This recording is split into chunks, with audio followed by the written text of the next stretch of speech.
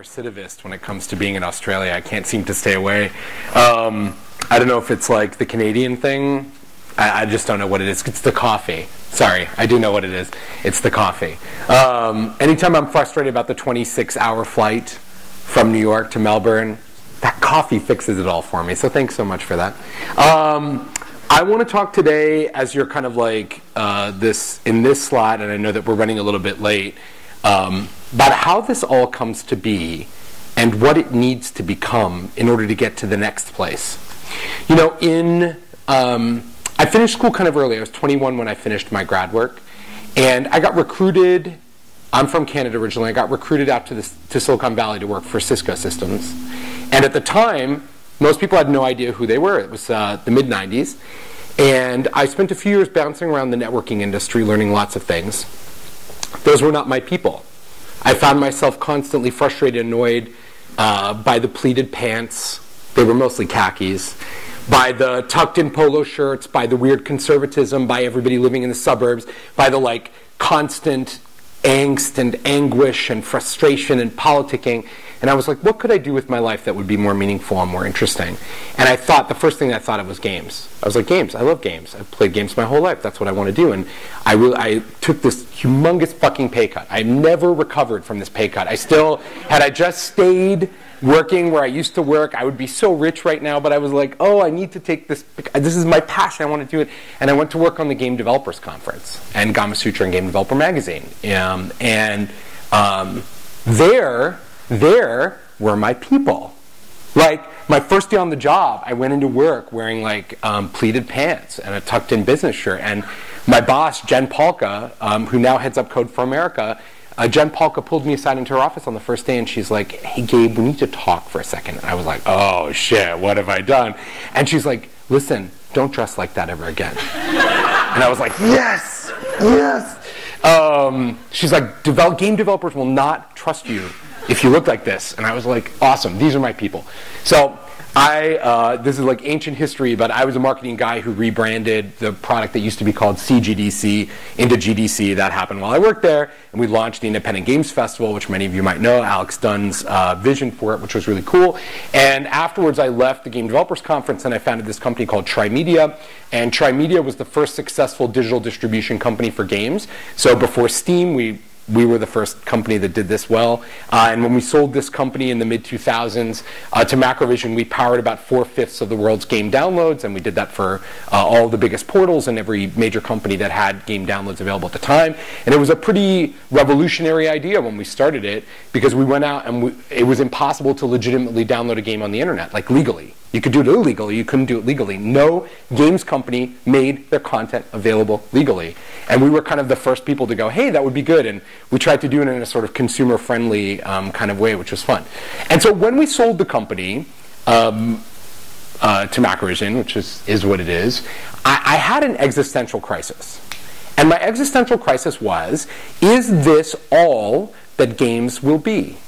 Now, don't get me wrong, I love entertainment. Entertainment's awesome. Entertainment is important. It is a purpose in and of itself to entertain people. That is important for humanity. But I was possessed by this question, is that all there is? Could we do more? And so I started to kind of look at what had been done. And I was immediately struck by the work. A few archetypes popped out at me. And the first one was Louis Van On's work with things like CAPTCHA and a Google Image Labeler. And I was like, this is amazing. He's literally getting millions of people to do work that is important for humanity, in the guise of making it kind of fun. And I was like, this is a very interesting sort of repackaging or rethinking of the world. Of course, the other archetype that I thought a lot about was civilization, and by extension, SimCity. I spent about 8,000 hours of my childhood playing this game in front of you, when I should have been studying in undergrad. I did okay, but civilization was really absorbing to me. And the thing that I observed about Sid Meier and about Will Wright was their unique ability was to take things that were kind of real and package them in a way that would make the average person actually interested in doing it. You know, like figuring out where public transit should run in a city, or the rough arc of technology and interaction across humanity. Subjects you couldn't possibly get kids to be engaged with.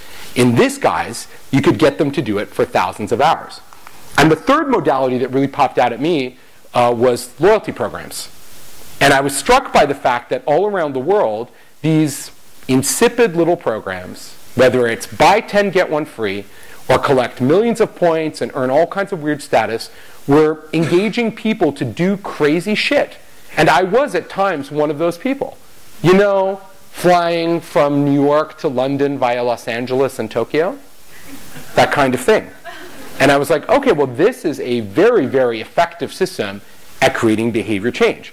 And so in 2006, I went to a conference called Casual Connect, which some of you might know. It's a casual games industry conference. I still had a speaking slot there. And I got up in front of everyone, and I was like, because I still had a speaking slot from when I owned, where we're still running Share Media, blah, blah. And I got up, and I was like, guys, I have this crazy idea. It wasn't what was on the docket at all. This crazy idea. What if we could use games to change people's behavior and do all kinds of awesome stuff? Wouldn't that be amazing? And this room full of people who make entertainment games, I'm not saying I created the concept. I just was like, what do you think about this concept? This is a room full of people who had pioneered the idea that we could play games in small increments, on small devices, in small screens. This was not a given at this time. This group of people looked at me and was like, oh my God, Gabe, that is so full of shit. Like, there is no fucking way that that is going to happen. And yeah, there's all these people doing serious games. I knew all about that, right? There's all this industry doing serious games, but those people make military simulations. Those people make training experiences. Those are green screen games. That shit is not what we do. But I perseverance being in my genes. And I was like, let's tackle a problem. And I started building these apps. And I was fixated on this problem of helping people organize their photo collection, helping people organize the way that they network with other people. And then somebody saw me talk about the subject, and I wrote my first book called Game-Based Marketing. Subsequently wrote another book, Gamification by Design, and have a third book coming out next year called The Gamification Revolution, which will be published by McGraw-Hill. And I wrote game-based marketing, not really knowing necessarily what it was that I was talking about at the time and how that would work, but trying to pull these patterns together and come up with the things that they had in common and figure out how we could boil that down into a more clearly articulated set of things that people could follow. And it really, I'd like to think that the book was super influential in people's thinking, but in fact, it benefited from some pretty good timing. Because when the book came out in early 2010, that was also the moment of the ascendancy of a company called Zynga, a company called Foursquare, and a product called Nike Plus, which all happened to rise into the public consciousness at approximately the same time the game-based marketing was released. And the conclusion, the thing that people took away from that, the thing that I know is obvious to you but wasn't obvious to the public at large and still isn't to the vast majority of them, is holy shit, if you make something fun, people will do it. I know it sounds obvious, but it wasn't obvious even 3 years ago. You can take something banal like checking in and make it, if you make it fun enough, people will do it. Now, let's be clear. Checking in has no fucking purpose. Checking in is something that 20 startups that had between them raised over $200 million failed to make happen prior to the advent of Foursquare. There were a lot of startups before Foursquare, everyone, who did the same thing as Foursquare, including Dennis and Naveen's previous startup, right, Dodgeball, which was basically Foursquare without game mechanics. So the main thing that people then took away from that was like, oh my God, that's amazing. And the other thing that was going on, which has become, is a personal passion of mine, is the actual science. People started to think about engagement in a science way. And people started to become engaged with the idea of science as a mechanism for understanding how humans engage with subjects and what those constructs were. So in 2010, we were like, you know what, there's something here, let's do something. And there's this woman named Jane McGonigal who was writing a book called Reality's Broken, and we said, hey, you know what, let's put a conference together because I think there might be some people who are interested in this topic. Let's get Jane. She probably has something to say. And we did the first GSummit in San Francisco in 2010. It was a sold-out affair. Amazing. I was like, oh my God, these are my people. You know? For the second time in my career, I'm like, these are my people. These are the people. They're doing it. And it was just amazing to see them all and to see all these people coming together, raising their hands from the silos that they've been working in alone inside their companies and going, oh my God, Gabe, I've been doing this thing for years in my company in Westpac or wherever it is that I'm working in. I've been trying to make this process more fun. I've been trying to make marketing engaging. I've been doing all this stuff. I didn't know there was a word for this. I didn't know that gamification was a thing. But holy shit, we've been doing the same stuff this whole time. And all these people came out of the woodwork. And a community started to coalesce. And we started to do these workshops, and we do these things called Play for a Cause, which I was originally going to talk to you a little bit more about today. But in a nutshell, we tried to come up with different ways to engage using some game concepts. So one of them is this Play for a Cause concept, where we take a charity and we use various innovation games to solve a real problem for that charity. We did one for World Vision just the other day. We do that at every one of our sessions. And I encourage you to kind of read up on that if you're interested in how we do this innovation game. But the most awesome part about it, just as a small sidebar, the most awesome part about doing the Play for a Cause, the thing that blew me away, is that we have people in a room. We've got 70 or 80 people in a room. Often, these are people who have paid to be there. Okay? So they're people who are paying money to be in this particular room. Usually they're there to come hear me or somebody else speak at this conference. And when they're presented with the right game design, they dive in and spend an hour of their time solving a problem for a charity that they really didn't care that much about. And at first I didn't know how that thing was going to go.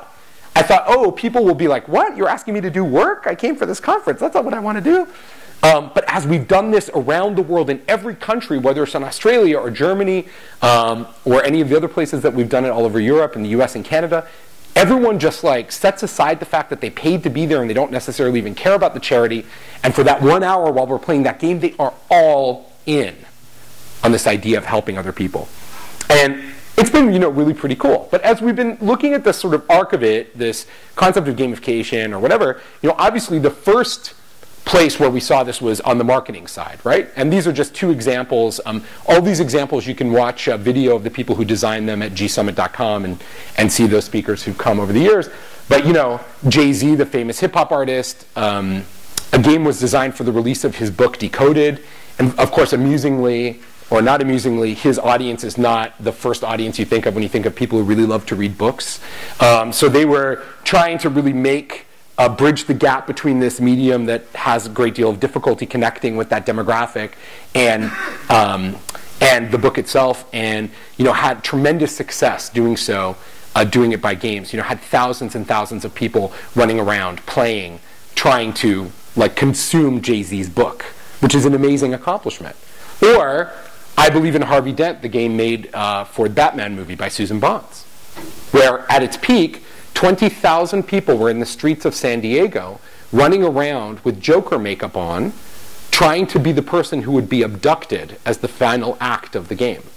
That was the purpose of it. Now, let me just point out, it's pretty hard to get 20,000 people off their fat asses from watching television to do anything at all, let alone playing a game in which there might be one winner with an ill-defined result.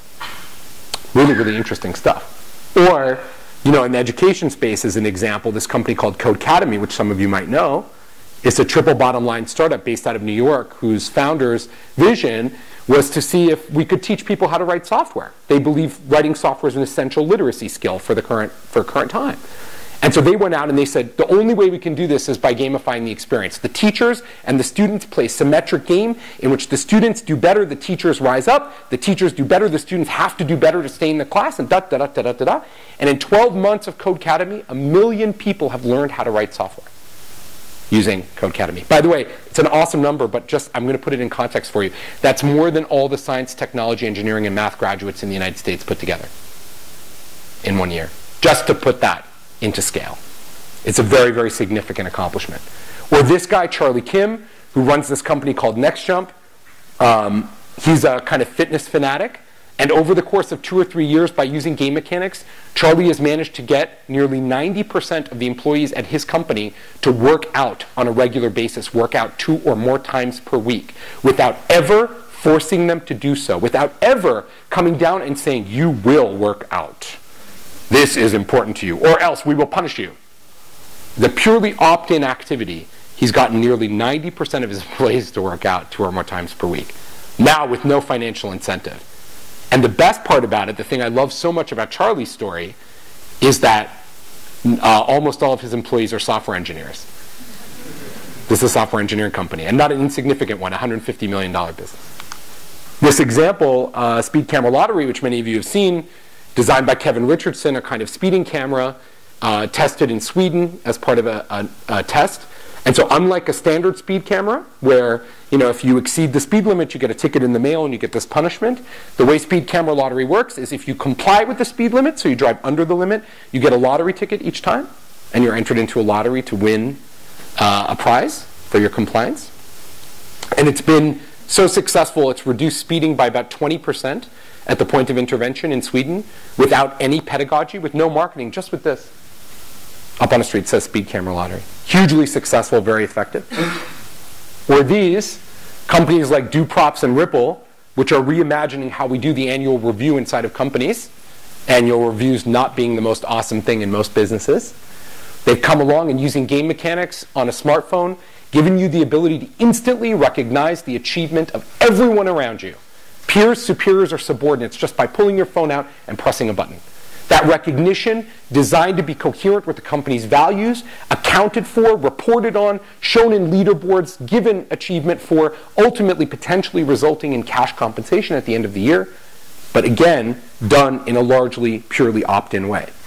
And what every single one of these examples across this spectrum from, and I have to tell you, we knew that marketing was going to be big. We had some inkling that education and healthcare were going to be important sectors. The enterprise interest in the sector kind of caught us a little bit off guard, I'm not going to lie. I didn't think that SAP and Oracle and Cisco and IBM and Microsoft were going to be the companies stepping in and saying, we're leaders, we really care. That's not what I expected.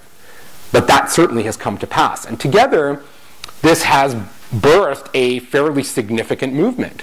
Gartner Group, with its stat that 50% of innovation will be gamified by 2015, M2 research that companies in the US will spend about $2.5 billion on gamification, direct spend, not including salaries, direct spend by the same period of time, and that we're looking at about 5,000 new jobs created in the United States by this industry in less than 5 years.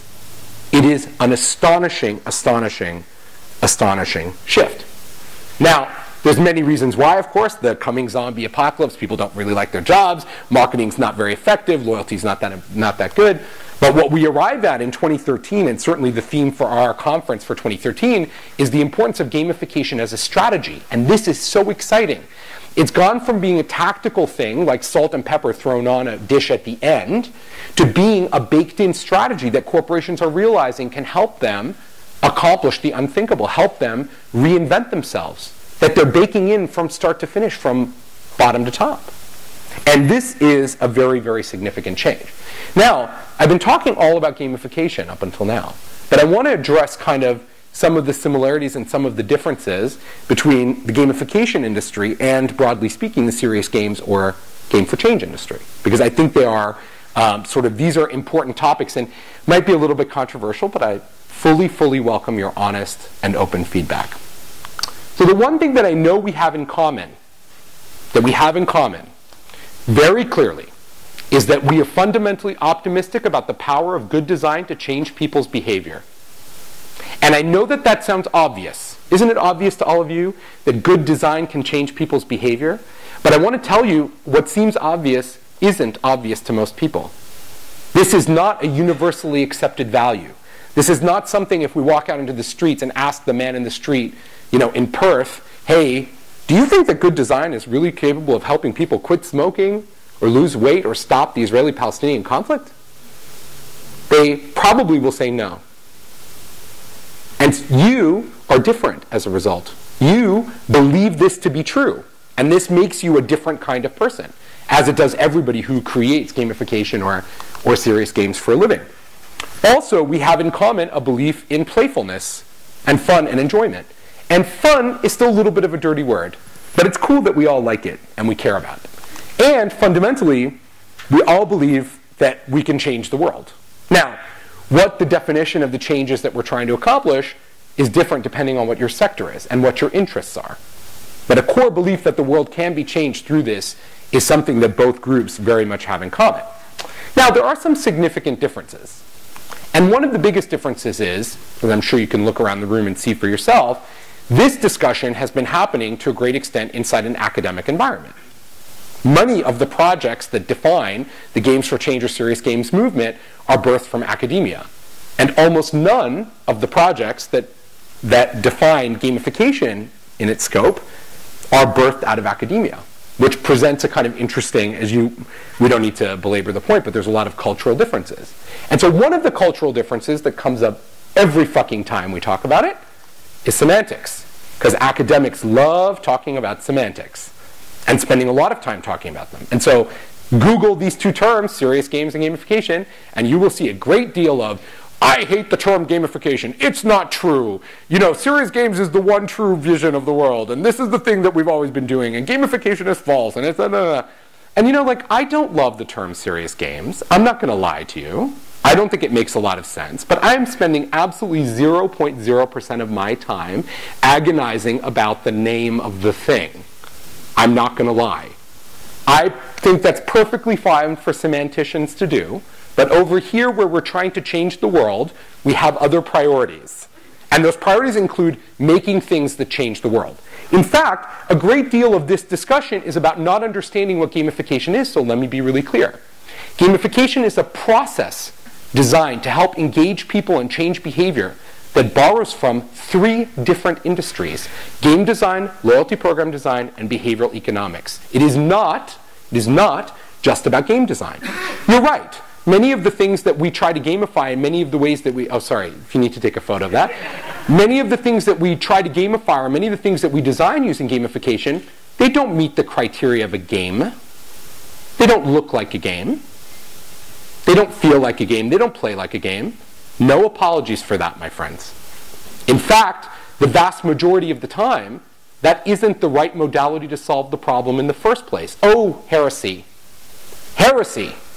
But the truth is, and I say this with absolute conviction, 95% of the time when we're faced with the problem of changing people's behavior, a game in the capital G sense is not the right solution. It introduces all kinds of problems to the experience. From a user interface that most people don't actually really like that much, right? All the way through to a narrative construct that isn't relevant when we're trying to change people's real-world behavior. I'll tell you one thing that brands are not looking for. And I'll tell you one thing that health professionals are not looking for. The introduction of a new narrative into an already very complicated discussion. Coca-Cola would not like a new narrative for the brand value of Coke. What they would like is a new set of techniques and methods and technologies that will enable consumers to experience that brand's narrative in a new and more engaging way. They don't want princesses and zombies. They don't want dragons to slay. They're not looking for that. And neither is a health professional looking for that when they're trying to explain STD transmission to a 16-year-old kid. That seems like the right idea, but it's almost never the right idea. And we have to start thinking bigger about what does it mean to bring these things to the table. It means taking the best ideas from games, from loyalty programs, and from behavioral economics. Each one of those industries is so good at doing one or more things at creating behavior change. The sooner we can adopt all 3 of them, the better our designs and concepts will be. The other thing that gamification is not, is it's not just about badges. I spend a lot of my time talking about how it's not just about badges. Now let me be clear. Badges are incredibly important if they are meaningful. If any of you have been in the military or the Boy Scouts or the Girl Scouts, you'll know how important badges can be to some people in the right circumstances.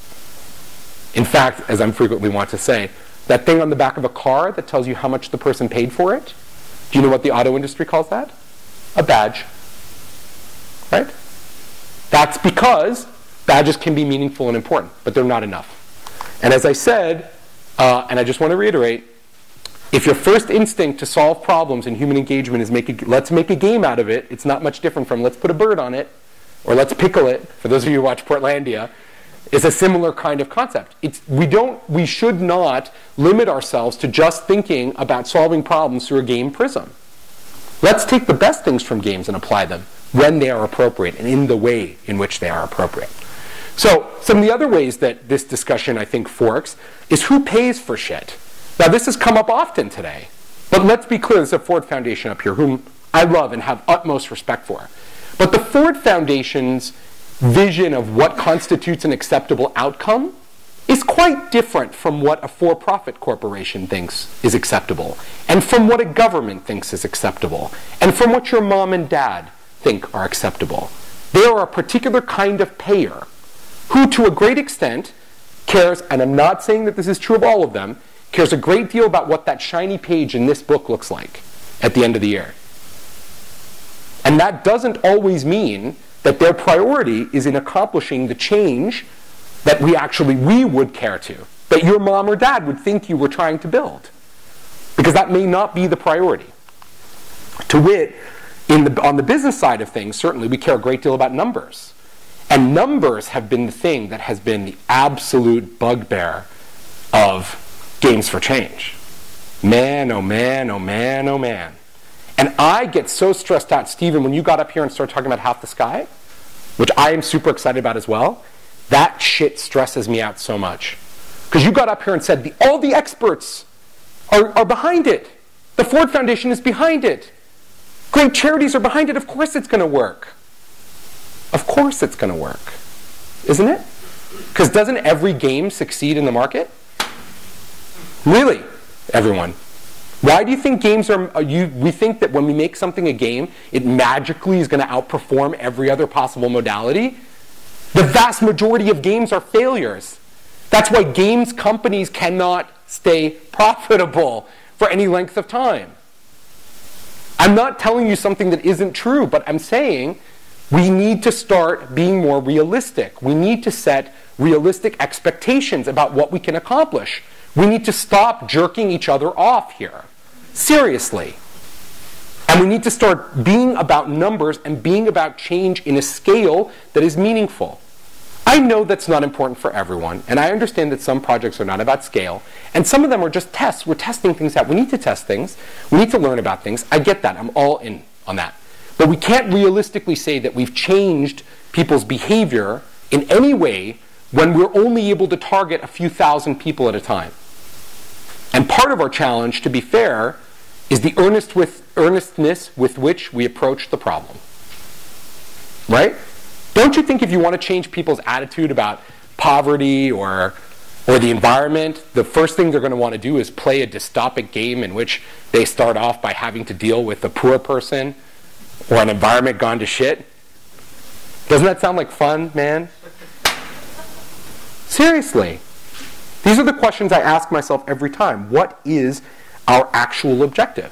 And just as a symbol of things gone awry, let me show you where unbridled optimism, what its real risk is. And I'm a huge optimist, friends. But let me show you what its risk is. Remember Brain Age? Do you remember how excited everybody was about Brain Age? And talking about it? You know, dozens of studies, dozens and dozens of studies, completely inconclusive about Brain Age's ability to affect intelligence in any appreciable way. Unsupported by data. There is no evidence that Brain Age works. All of that optimism. And we mortgaged people's excitement about the idea of games helping to change the brain. By doing this, we didn't set realistic expectations of what was possible. This story was out of control. Now, luckily for us, we do have games that actually can improve people's intelligence. You guys know NBAC or dual NBAC? Actually proven. 12 years of research showing, provable, that you can play a game that will help increase people's intelligence. But what makes NBAC really interesting, and is a great story for all of us, is that NBAC is really fucking hard. It's hard. It's a hard game. But it will raise your intelligence by up to 4 IQ points just from playing the game for 4 weeks. And that effect will last on average 8 months. But the game is really, really hard. Really hard. There are no shortcuts. There are no shortcuts. So, critically, and this is probably the thing that I think about all the time as it relates to serious games, games for change, and gamification, is this question of how we define success. If you take a workshop with me on gamification, we spend the beginning part, as Bron will tell you, talking about the metrics for success. Because the metrics of success are the most important pieces of a project designed to be successful. Before you can go in and do something that actually has a shot at being successful, you have to establish what success is.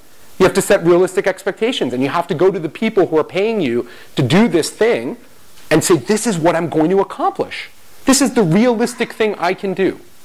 And is this going to work? And negotiate that number and figure out what that number is and track that number and say that number corresponds to something of meaning. Now, I know that's not fun. It's more fun to design the levels of the experience. It's way more fun to dive right into the mechanics. But that expectation setting, that's key. And it's expectation setting that is our greatest weakness in this entire discussion. Do you know how much people in the world need us to be right here? Do you have any idea? We need to do this. We need to. Because otherwise, our education system, our health, it's just fucked. We're like the last resort. We're the last group of people standing between like the collapse of major parts of civilization. And I don't want to like make this such a big deal, but it's true. It's true. And much of this is caused by the entertainment games industry in the first place. Many of our problems. So we're like the homeopathic response to that. And so, the one thing that is definitely true about the Games for Change community and the gamification community and so on is that we need each other a great deal. And you guys have been talking about it all day. You talked about it. Everyone's been talking about it. The one most obvious connection between the two of us is business people have some money and they would like to spend this money to figure out how to change behavior. And you have things that you're interested in doing. That's one area of connection. But the other one is that we're so far ahead on both sides in terms of doing things in practice and making things happen in the real world that some of the fundamental science hasn't been done. We haven't tested why certain things work. We don't know why certain things work, and we don't know why they work repeatably or how they work repeatably. We need science. And so especially for those of you on the research side, there's a real need for us to come together in a kind of like good at selling and good at science combo, yes, that can do great things together. And there is no gulf between these two ideas. There is no gulf. They are the same concept. They're all part of the same system, the same notion, which is the ability to change people's behavior. I'll tell you one final story, and then we'll have time for questions or not. You know, it's late. So I watched this documentary series called The Aviators. It's a Canadian-American TV documentary series called The Aviators. And I'm watching one episode, and the voice of the announcer comes on, and it says, what would happen if we took a 12-year-old boy off the street and asked him to land a commercial jetliner? And I was like, okay, you have my attention. So they grab this kid, his name is Remy, off the street, and they put him in a professional airplane simulator. The same simulator that the pilots who fly you around have to train in twice a year to get certified. And 2 minutes and 40 seconds later, he puts that 737 down at Los Angeles International Airport. Boom. Beautiful. And my mouth hits the floor. I'm like, what? Seriously. I grew up in an aviation household. My father retired from Air Canada after 40 years of service. I am a huge av nerd. I read up a ton about it. I travel a ton. I really care a great deal about aviation. And this just blew my mind. How is this possible? Like, I'm not the, like I can't land a plane. I spent a lot of time around planes in my life. I can land a plane. You can ask me to land a plane. What is going on? And they turn to the guy who runs the simulator company, and they're like, hey, what's up with that? And he's like, a valid question. And he's like, yeah. He's like, we get private customers in here sometimes. He's like, those kids, 10, 11, 12, they land the plane no problem. It's those video games they play. It's their parents that have the problem. They can't do it. And I sat there and I thought, okay, cool. So we are on the cusp of this big generational and cultural gap. This next generation of people thinks about the world differently.